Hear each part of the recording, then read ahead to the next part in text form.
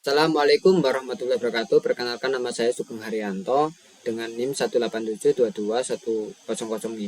Di sini saya akan menjelaskan mengenai penelitian yang berjudul Can You Raise Neck for Algorithm for Finding Soccer Talent, yaitu di mana kita mengaplikasikan algoritma Can You Raise Neck for dalam mencari bakat sepak bola. Untuk abstraknya sendiri, dalam penelitian ini, peneliti menggunakan algoritma Can You Raise Neck for untuk menilai bakat sepak bola dan menempatkannya pada posisi yang sesuai. Metode ini memungkinkan kita memilih pemain terbaik untuk setiap posisi dengan akurat, mengurangi ketergantungan pada intuisi pelatih. Pendekatan ini sederhana, efisien, dan dapat diandalkan berdasarkan data yang ada. Untuk pertama yaitu pengenalan. Banyak orang tua berharap anak mereka sukses dalam olahraga, khususnya sepak bola. Proses penemuan bakat dan penempatan mereka dalam posisi khusus sangat penting. Dalam makalah ini atau penelitian ini, posisi pemain sepak bola akan dibahas dan indeks serta kriteria ilmiah dari posisi khusus setiap pemain akan dievaluasi. Metode yang diusulkan menggunakan algoritma klasifikasi Can You Raise Neck for untuk menghasilkan pola yang meneliti kualitas dan kebaikan setiap pemain untuk semua posisi sepak bola yang mungkin. Proses ini dimulai dengan mengumpulkan informasi tentang pemain sepak bola, kemudian seorang ahli olahraga memberikan nilai untuk setiap indeks dan kriterianya. Untuk pertama, pengaplikasiannya. Dalam penelitian ini ditekankan bahwa setiap pemain sepak bola memiliki karakteristik khusus yang diperlakukan untuk mengembangkan bakatnya. Namun penemuan bakat-bakat ini seringkali hanya bergantung pada pengalaman dan sensasi pribadi. Para peneliti percaya bahwa kemampuan gerakan menjadi dasar untuk keterampilan lain dalam sepak bola dan meramalkan kemajuan dalam keterampilan penting untuk pengembangan pemain. Namun tidak ada pendekatan atau formula yang direkomendasikan untuk memilih pemain yang sesuai untuk posisi tertentu, dan para pelatih sering mengandalkan pendapat dan pengalaman pribadi mereka. Klasifikasi Neurosnake-Board adalah teknik yang menggunakan solusi serupa yang telah diuji sebelumnya. Ketika menghadapi masalah baru dalam metode ini, kelas di mana sebuah kasus baru akan ditentukan dengan menggunakan kasus atau tetangga yang serupa.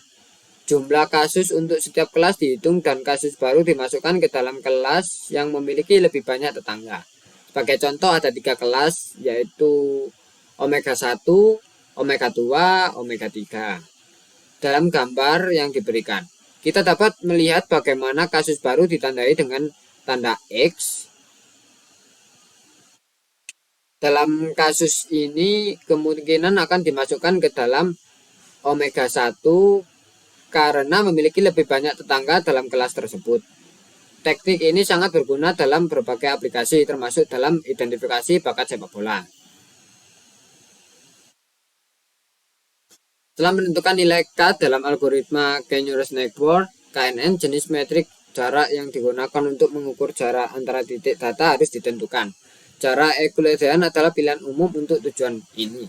Dalam penelitian ini digunakan berbagai jenis jarak dan hasilnya dilaporkan. Algoritma KNN ini sangat berguna dalam berbagai aplikasi, termasuk dalam identifikasi posisi pemain dalam permainan berdasarkan posisi pemain terdekat di sekitarnya. Gambar 2 menunjukkan alur kerja dari prosedur klasifikasi KNN. Untuk riset metodenya yaitu dalam setiap tim sepak bola, posisi atau tempat pemain di lapangan meliputi kiper, sweeper, wingback, bek kanan dan bek kiri, gelandang bertahan, winger, gelandang tengah, gelandang serang, gelandang kedua, dan forward. Di sisi lain, atribut penyerang kedua atau forward. Di sisi lain, atribut setiap pemain sepak bola meliputi kualitas fisik seperti kecepatan, kelincahan, lompatan, akselerasi tinggi, badan, kemudian kekuatan fisik dan semangat. Kualitas mental seperti kemampuan membaca permainan, ketenangan, kreativitas, keberanian, kepercayaan diri, dan pengambilan keputusan serta kepemimpinan. dan kualitas teknis seperti penyelesaian operan, tembakan, kemampuan sundulan, tackling, membawa bola, dribbling, permainan tunggal, crossing, backing, dan permainan menyerang. Semua ini penting dalam klasifikasi pemain berdasarkan posisi mereka.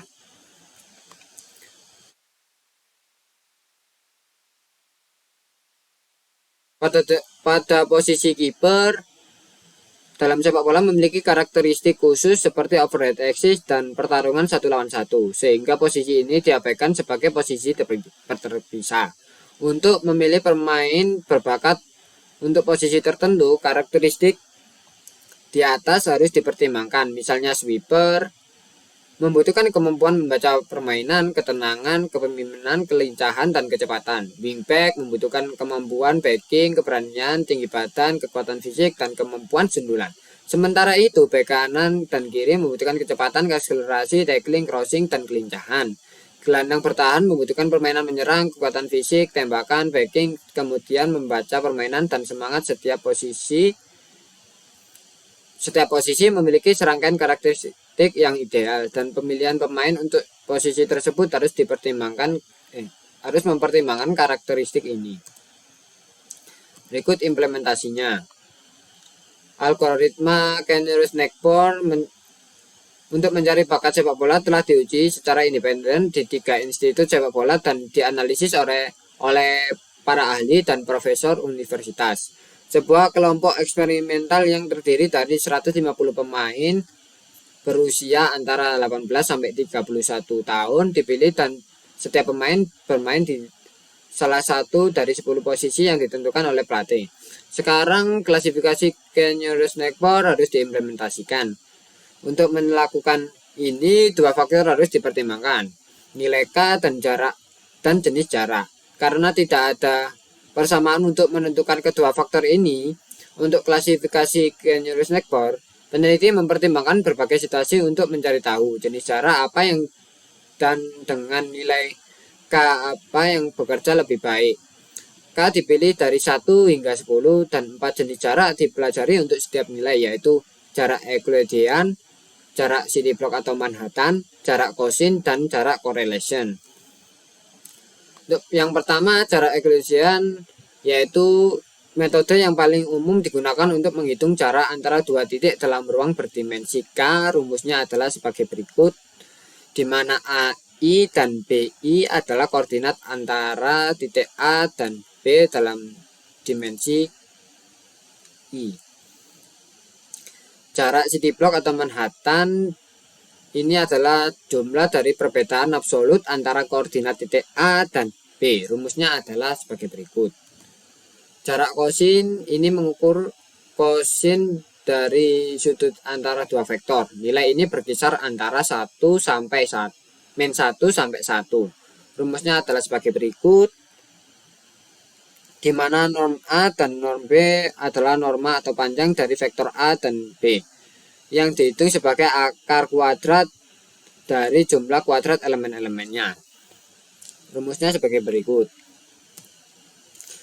Yang berikutnya yaitu jarak correlation. Jarak correlation ini adalah ukuran seberapa baik 2 set data cocok dengan garis. Rumusnya adalah berikut, di mana covariance A, B adalah covariansi antara A dan B yang merupakan ukuran seberapa besar 2 variabel berubah bersama. Rumusnya adalah sebagai berikut. Hasil dalam tabel ini menunjukkan akurasi algoritma klasifikasi Kennery-Snackborn dengan berbagai metrik jarak, yaitu Euclidean, city block, Cosin, dan correlation, dan parameter K1, K3, K5, dan K10. Akurasi diukur berdasarkan seberapa baik algoritma dapat mengklasifikasikan pemain ke posisi mereka yang sebenarnya.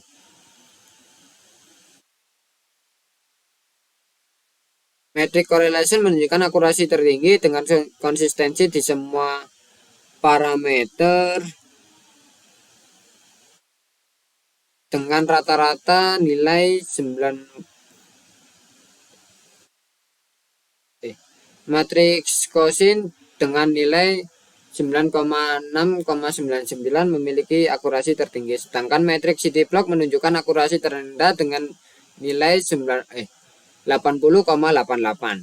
80,08. Nilai K yang berbeda juga dipertimbangkan pada dan umumnya akurasi meningkat seiring dengan peningkatan nilai K.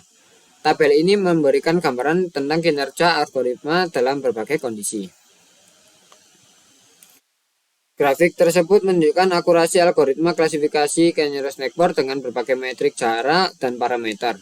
Metrik correlation menunjukkan akurasi tertinggi secara konsisten semua parameter K, sedangkan metrik CityBlock menunjukkan akurasi terendah. Akurasi umumnya meningkat seiring dengan peningkatan nilai K untuk semua metrik atau jarak kecuali Euclidean. Grafik ini memberikan visualisasi yang jelas tentang bagaimana akurasi algoritma berubah dengan perubahan nilai K dan metrik-metrik jarak, memberikan pemahaman yang lebih baik tentang kinerja algoritma dalam berbagai kondisi. Berikut hasil dari para ahli. Selanjutnya 42 ahli diminta untuk mengevaluasi hasil klasifikasinya. Mayoritas ahli atau 32 dari 42 ahli sepenuhnya setuju dengan hasil klasifikasi, menunjukkan bahwa algoritma ini efektif dalam konteks penelitian ini. Hanya sedikit ahli yang tidak yakin atau sebagian besar tidak setuju dengan hasilnya. Ini menunjukkan kepercayaan yang tinggi terhadap efektivitas algoritma Canyon-Reznor dalam mengklasifikasikan posisi pemain sepak bola.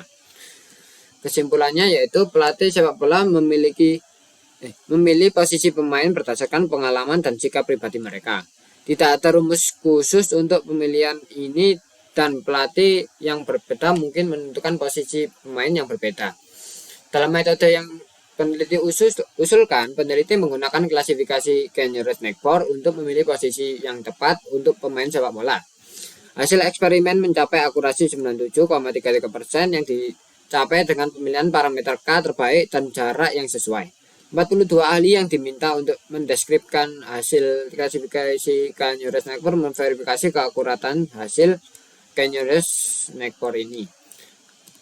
Berikut sumbernya, dan sekian presentasi dari saya. Wassalamualaikum warahmatullahi wabarakatuh.